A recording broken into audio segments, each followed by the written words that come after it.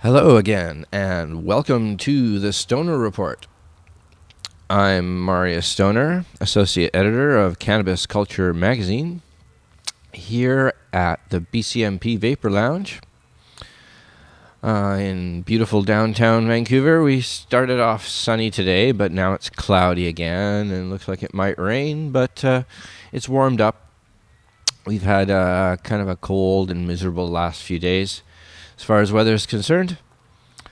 But, thanks again for joining me. It was good to see you all. Let's have a look at chat. Try to remember the chat, but I'm always so nervous when I'm doing this show that I forget stuff.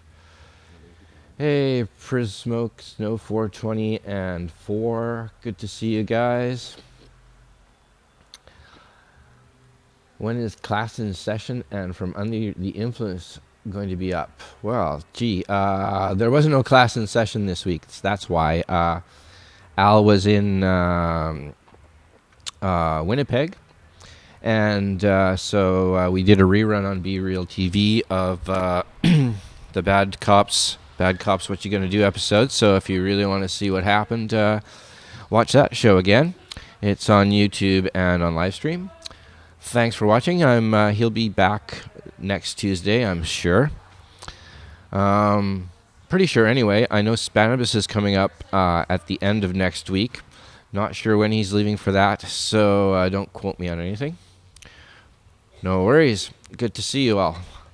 Okay, so thanks for joining me again, and let's start with some of the week's cannabis news. The Washington, D.C. City Council okays marijuana decriminalization.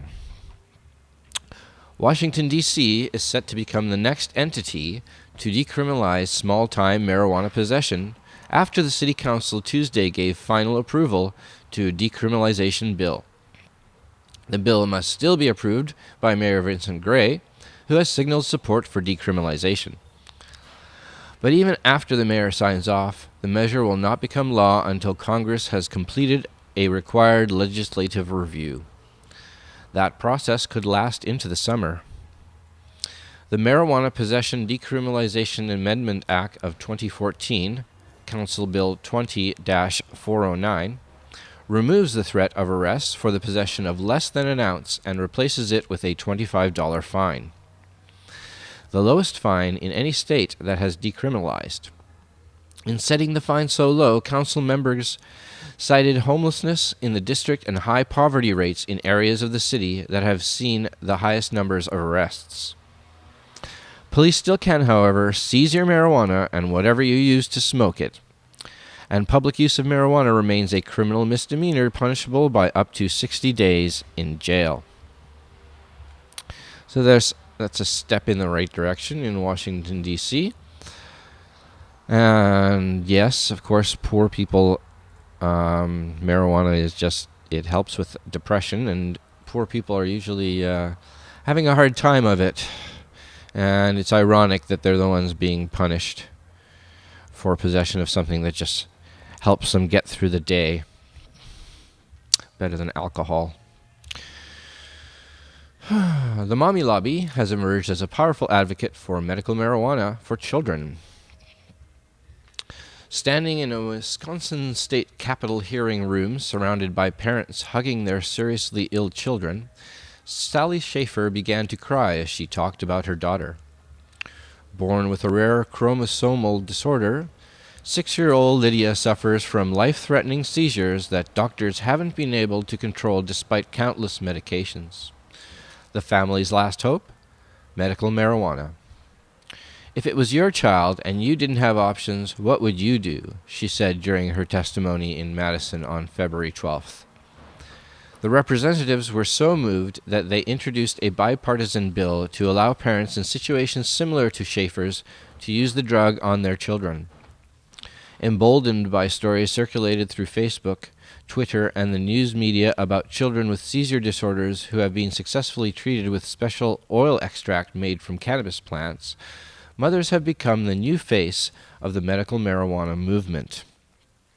And yeah, we have a few stories about Charlotte's Web and children with Dravet syndrome, which is a rare form of epilepsy, being treated with cannabis oil. So check our site for that. Jerry Brown opposes legalization, says we need to stay alert. And I don't know if you saw, I think it was Global TV, Jody had a debate with somebody from SAM, the people who ran the anti-cannabis billboards. I think you should go online and check it out. It was quite a lively debate. I think Jody, of course, kicked ass, but I'll leave. You have to be the judge, of course, for that. So anyways, I bring that up because it seems like Governor Jerry Brown is pulling the same sort of slogans out of their ass that out of his ass that Sam did on their billboards. You know, California Governor Jerry Brown said he is not sure legalizing pot is a good idea in his state because the country could lose its competitive edge if too many people are getting stoned. It's funny. If pot smoking gains more legitimacy in the nation's most popular state, Brown said he worries it could have negative ripple effects. The problem with anything, a certain amount, is okay, but there is a tendency to go to extremes, he said in a wide-ranging interview aired Sunday on NBC's Meet the Press. And all of a sudden, if there's advertising and legitimacy, how many people can get stoned and still have a great state or a great nation? Californians voted to legalize medical marijuana in 1996, but Brown said he is watching closely to see how Colorado and Washington handles their new laws that go a step further by regulating the growth and sale of tax pot at state-licensed stores. We have medical marijuana, which gets very close to what they have in Colorado and Washington. I'd really like those two states to show us how it's going to work, he said. The world's pretty dangerous, very competitive. I think we need to stay alert, if not 24 hours a day, more than some of the potheads might be able to put together. And Jerry Brown will be performing all week. This new comedy routine. Wax is now the target of government drug panic propaganda. We just call it oil here, or shatter, or dabs. A concentrated form of marijuana known as wax, or butane hash oil, is becoming more popular in its production and use increasingly controversial in states across the country. While Colorado's pot shops are embracing wax as a popular, potent form of newly legal cannabis, the Drug Enforcement Administration is whipping up a drug panic in California. In a Yahoo News article, Gary Hill, Assistant Special Agent in charge at the DEA San Diego office, warned, "We have seen people have an onset of psychosis and even brain damage from that exposure to that high concentration of THC. Our concern is that this is going to spread before we get it under control." Agent Hill offered no studies or data to back up these claims. But the DEA, once again, is too late. BHO has been around for at least a decade and now is more available than ever, and the wax is here to stay. In order to be consumed, wax is vaporized, which makes it a popular alternative for cancer patients, the elderly, and others who don't want to smoke.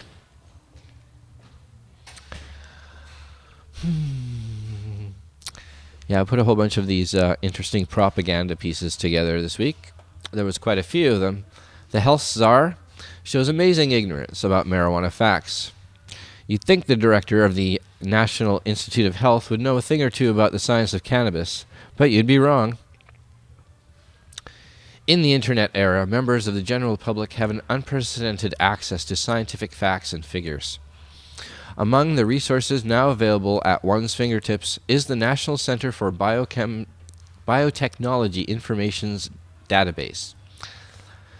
NCBI is an NIH.gov electronic search engine that allows the public to instantly read the abstracts of hundreds of thousands of peer-reviewed scientific papers on virtually any subject, including an estimated 20,000 papers on cannabis alone. So why, then, does the head of the National Institute of Health purport to know so little about the science of pot? Speaking publicly last week at a dinner hosted by USA Today and National Geographic, NIH Director Francis Collins, known as one of the nation's top scientists for his leadership on the International Human Genome Project, acknowledged that pot isn't necessarily an evil drug that's going to ruin our civilization. Nevertheless, he expressed a surprising lack of familiarity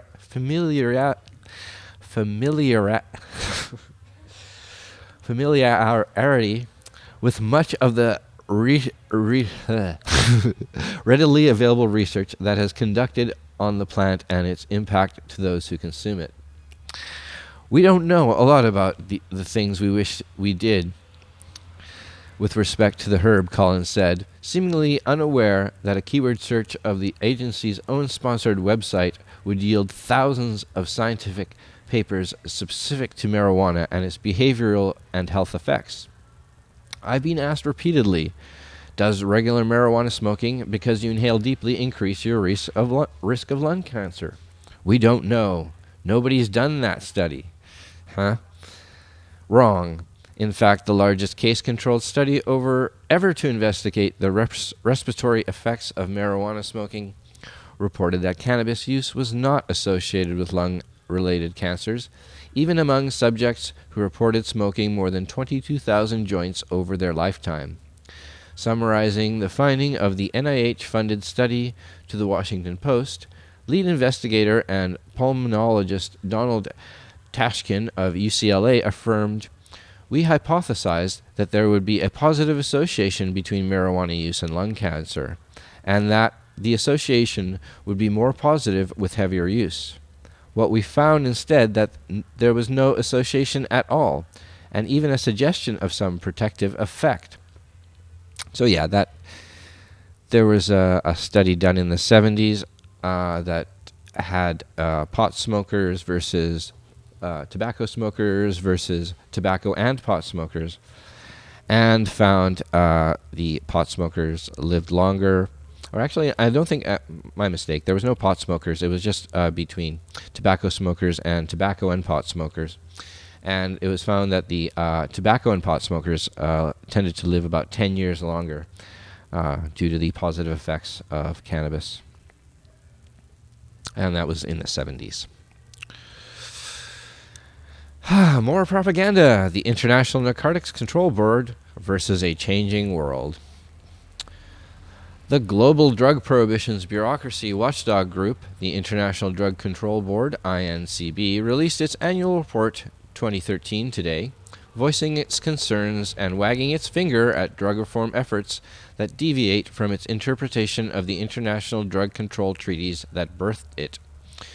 The INCB is concerned about moves towards marijuana legalization and warns about the importance of universal implementation of international drug control treaties by all states. We deeply regret the developments at the state level in Colorado and Washington in the United States regarding the legalization of recreational use of cannabis, INCB head Ray Binyan said in introducing the report. INCB reiterates that these developments contravene the provisions of the drug control conventions, which limit the use of cannabis to medical and scientific use only. INCB urges the government of the United States to ensure that the treaties are fully implemented on the entirety of its territory. For some years now, some European and Latin American countries have been expressing a desire to see change in the international system and soft defections such as the Dutch cannabis coffee shop system and Spain's cannabis cultivation clubs have stretched the prohibitionist treaties to their legal limits. But legal marijuana in Uruguay is a clear breach of the treaties, as Colorado and Washington may be as well. This is bringing matters to an unavoidable head. So we'll see what happens with that. They're behind the times, it seems. Political change happens on the local level first, then on the state or provincial level, then on the federal level, and then international seems to drag behind. So here's a story about some positive propaganda. The first marijuana commercial airs on major U.S. network. It seems marijuana is once again making history south of the border. On Monday, a TV commercial about the medical marijuana service began airing on Comcast, the largest-scale cable operator in the U.S. It is believed to be the first time a major network has shown a commercial about pot, according to MarijuanaDoctors.com, a company that connects patients with pot-friendly doctors in the 21 states where medical cannabis is legal. On Monday, the ad appeared in New Jersey, where it's expected to air 800 times over the next 2 weeks. In the coming months, it will be shown in other states. In the commercial, a sketchy-looking street dealer pulls sashimi out of his coat and tries selling it. It ends up with a voiceover, "You wouldn't want to buy sashimi from this guy, so why would you want to buy marijuana from him?" I'm going to actually show you that little commercial right now.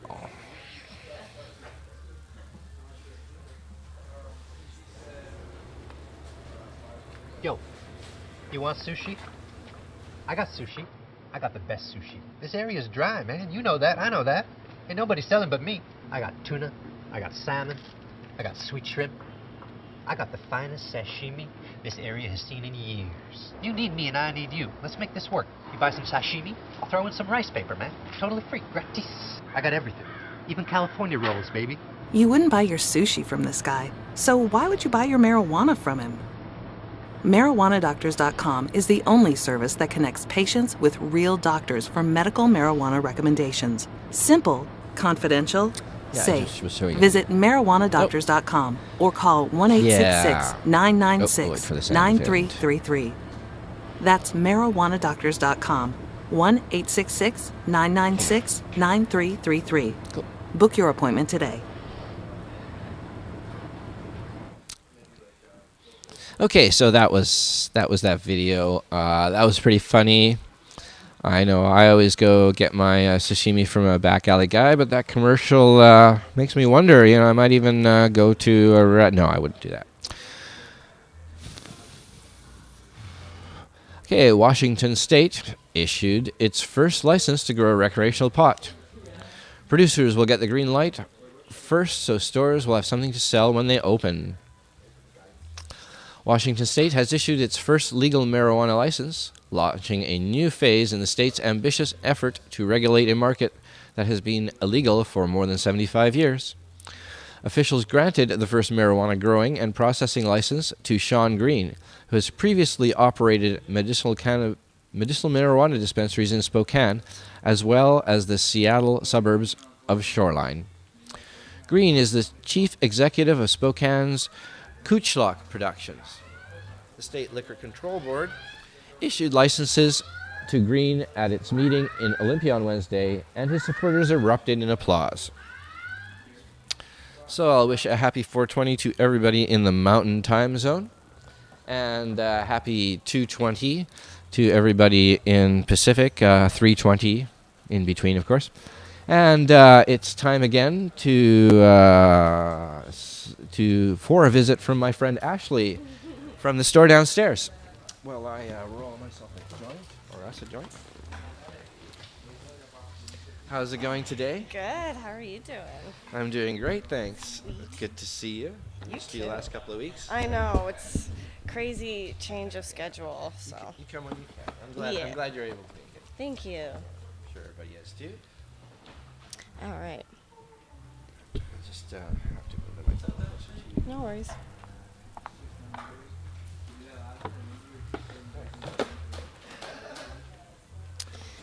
Alrighty. All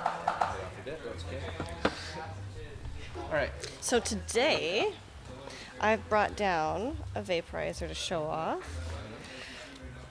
So this is the Ascent. This is the upgraded version of the Da Vinci. So a lot of people have been asking about this. A lot of people have been waiting for it to come out, and now that it's finally out, it's actually been selling really, really well. So as with the old Da Vinci, the new one you can use with herbs as well as oils or extracts or whatever. It comes with your cartridges to do that. So basically, with the new ones, your power button would be on the top. So right on the top here, you would just press that. Okay. Turns that on, and then you've got all your your adjustable your temperature adjust right in the front there. And with this one, So it's all digital. all digital, yeah, Show that off a little bit. all digital.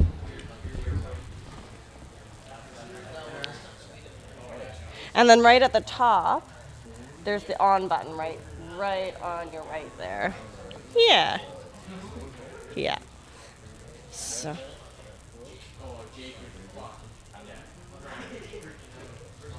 Nice.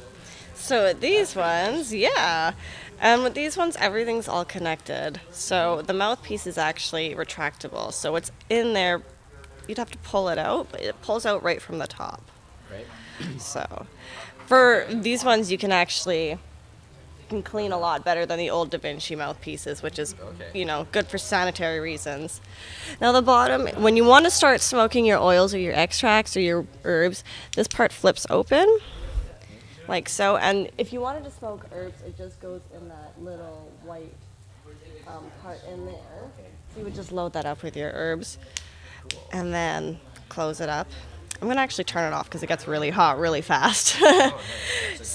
Yeah, actually burnt myself earlier trying to show it off.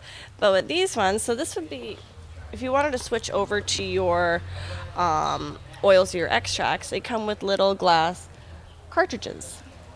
Okay. Super tiny. Perfect. Super tiny. And that you can just fill, I wouldn't say fill it right up. Fill it up maybe a good halfway because you don't want to waste whatever's in it. Perfect. And these ones, with the herbs you would smoke on a lower temp, with the oils and extracts on a higher temp. And they would just go, you would fill it up, take off the little black part, fill it up, and then you would stick it in the white part where the herbs would go. So it just kind of slides in there. Slide that in there, close it up, and it would be on a high temp, so you would wait maybe 30 seconds, maybe more for it to heat up, and then you would start taking your hits. So a lot of people are really liking the Ascent. We get a lot of people coming in saying, finally it's here, we can buy it, so it's a good part. Yeah, and they come with, these ones come with, it comes with all extras.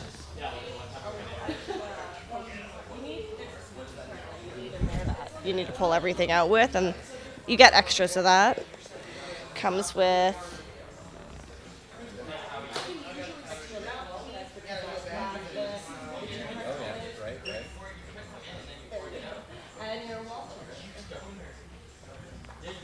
so these ones would plug into the wall, which makes it a good accessory.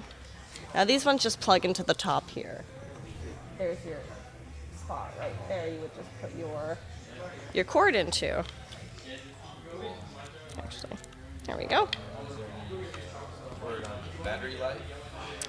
Battery life, I would say, depending on how often, it would probably last all day, depending on how often you use it. If you're a chronic marijuana vaporizer and you're using it all day, every day, it probably wouldn't last as long. But, I would say if you're doing a few tokes or a few sessions throughout the day, maybe 3 or 4, it would probably, it just turns on, do your sesh, turn it off. It would last probably all day, I would say. That's a good feature about it. And these ones go for $280, I believe. Yes, $280 for these ones down at the store. Nice. That's actually sounds like a good price for a unit like that. And they come with different face plates. That one happens to be they come with like a wooden looking faceplate or like just plain black. So you have your option of changing it up or, you know, your preference.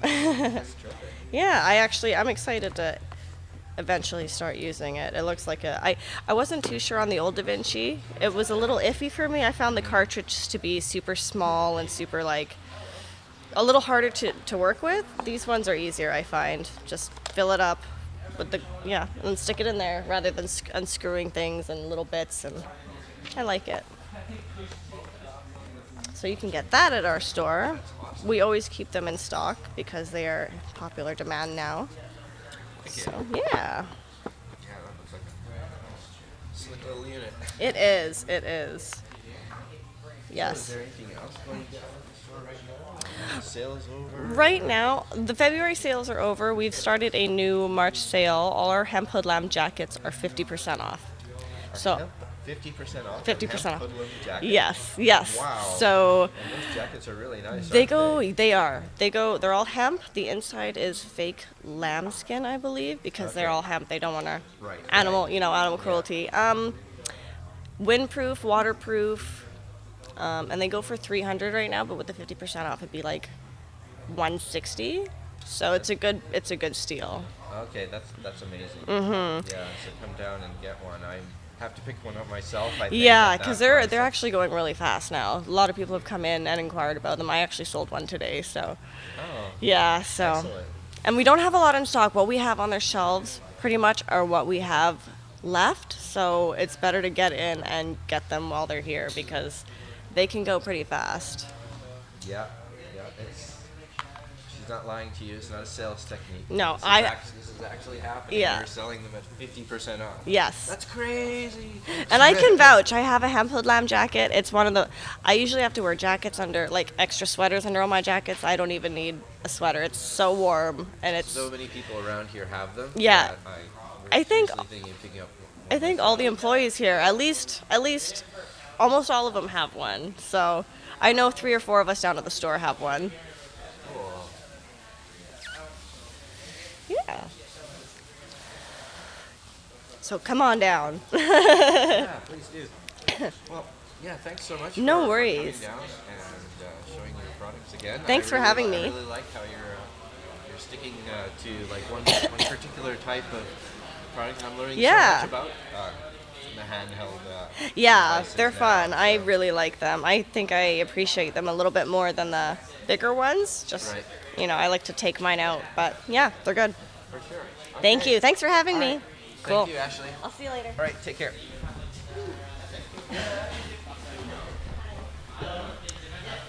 Oh, hey, Ashley. Happy International Women's Day.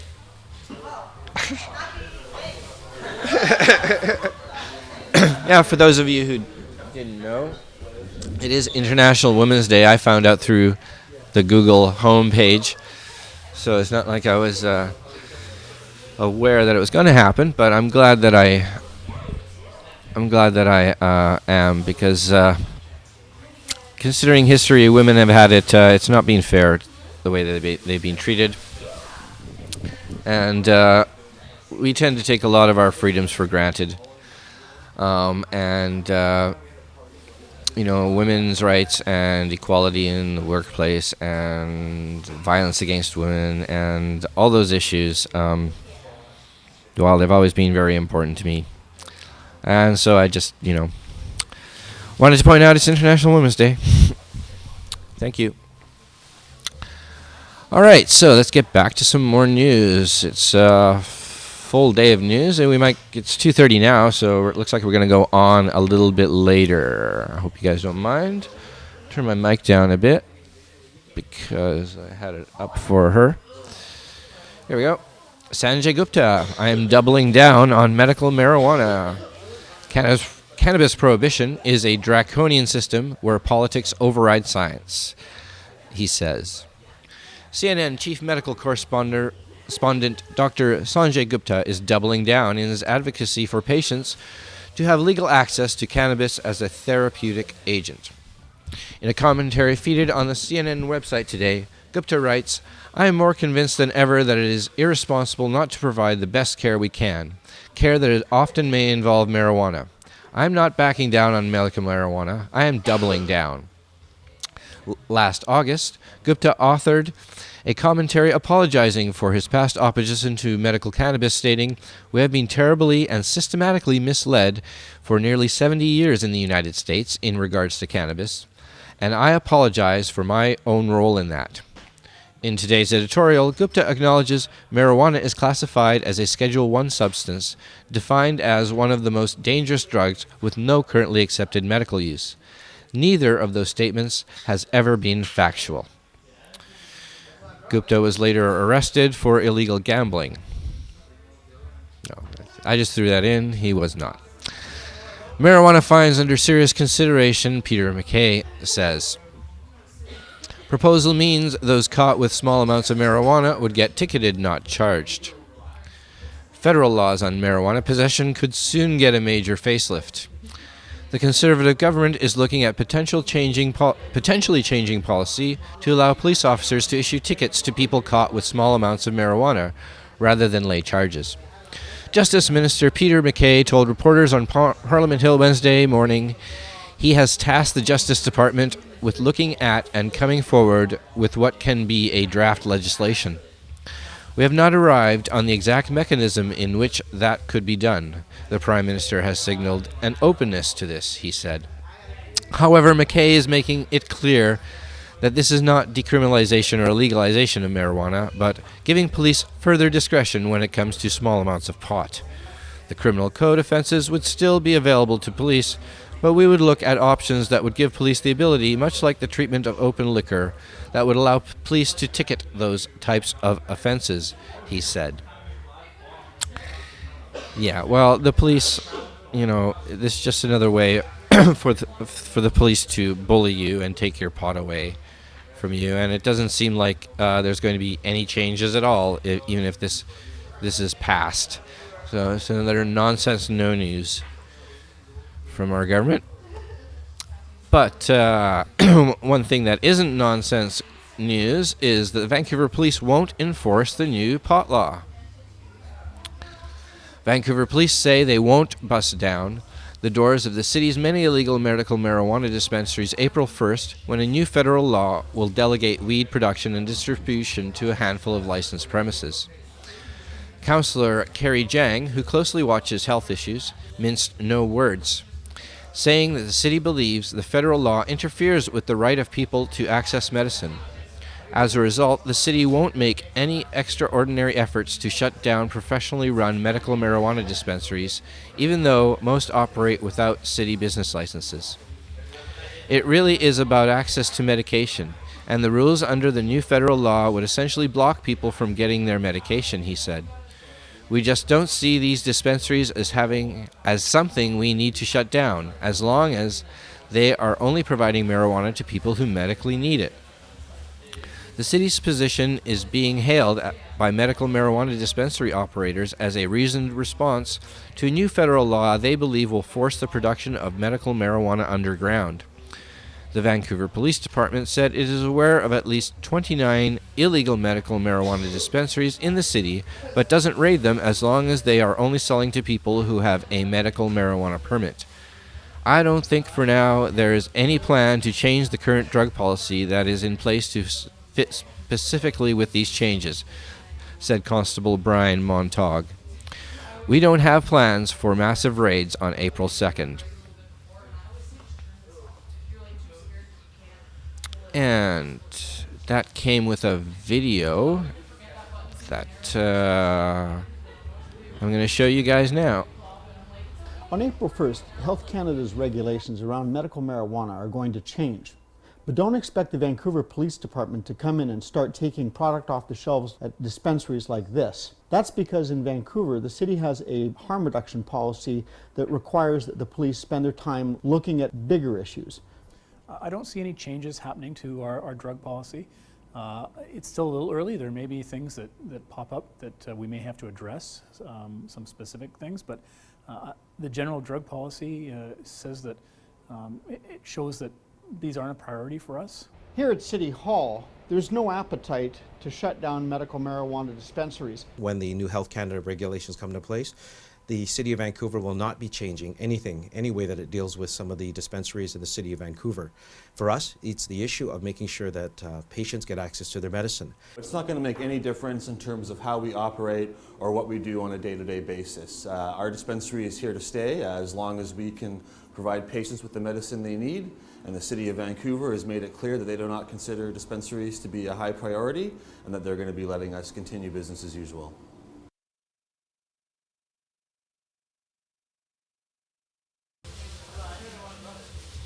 Okay, so that was the Vancouver Sun report, which is very good news, and it's what people expected, though we weren't sure, of course, until we heard that. So, good job. Thank you, VPD. Thank you, Mayor of Vancouver.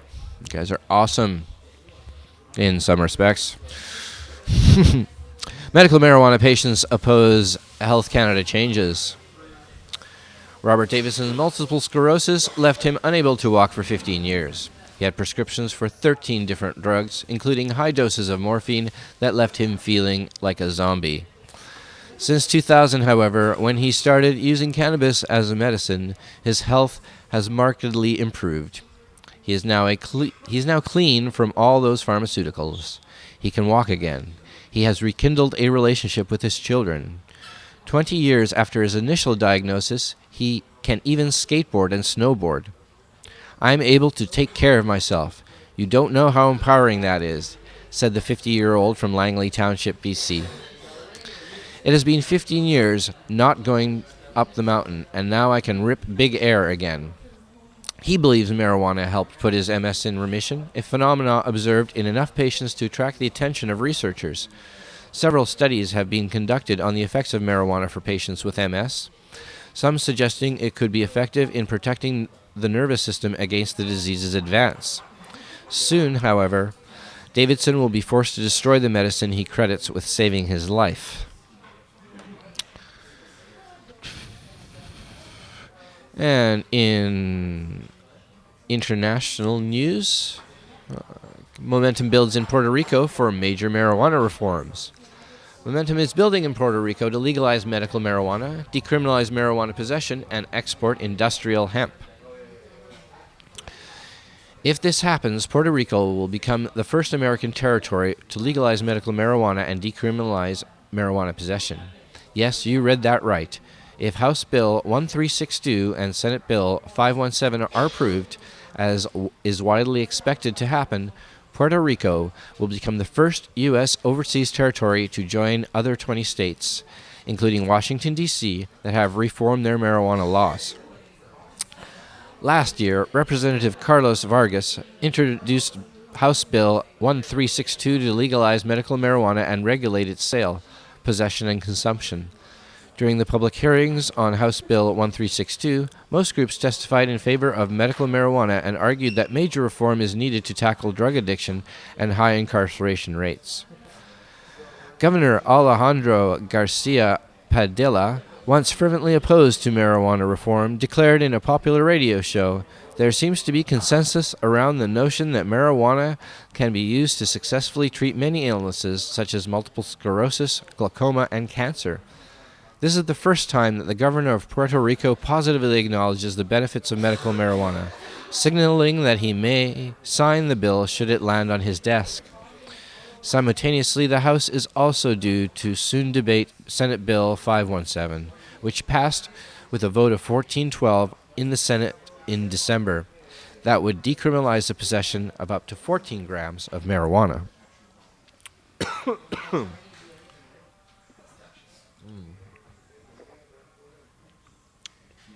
And we got one more story. Canadian and Alberta, and about hemp. Farmers are growing more industrial hemp each year. The markets for industrial hemp are also growing as people who attend Farming Smarter's annual meeting at AG Expo in Lethbridge learned. 5 years ago, there were 8,000 acres of industrial hemp. This year, the Canadian Hemp Trade Alliance expects 100,000 acres, with about a quarter of them in Alberta. It's really a dramatic increase, said Jan Slasky of Alberta Innovates Alberta Innovates Technology Futures, with this increasing acreage driven by the market which demands more hemp products. Canadian farmers have been allowed to grow industrial hemp since 1998. The level of THC is within acceptable limits. Hemp grain is used in food, while hemp fiber is used in construction materials, textiles, and many other things. Farming Smarter plans to research hemp at both irrigated and dryland sites in the southern Alberta. We want to be able to provide information to farmers so they can grow it properly and hopefully make some money doing it, said Farming Smarter manager Ken Coles. All right, so that was the cannabis news for this week. Thanks again for joining me on the Stoner Report. I'm Marius Stoner here at Pot TV. Glad to have you. Things are going well, it looks like, this week. A lot of anti-pot propaganda, but it sounds like they're just grasping at straws.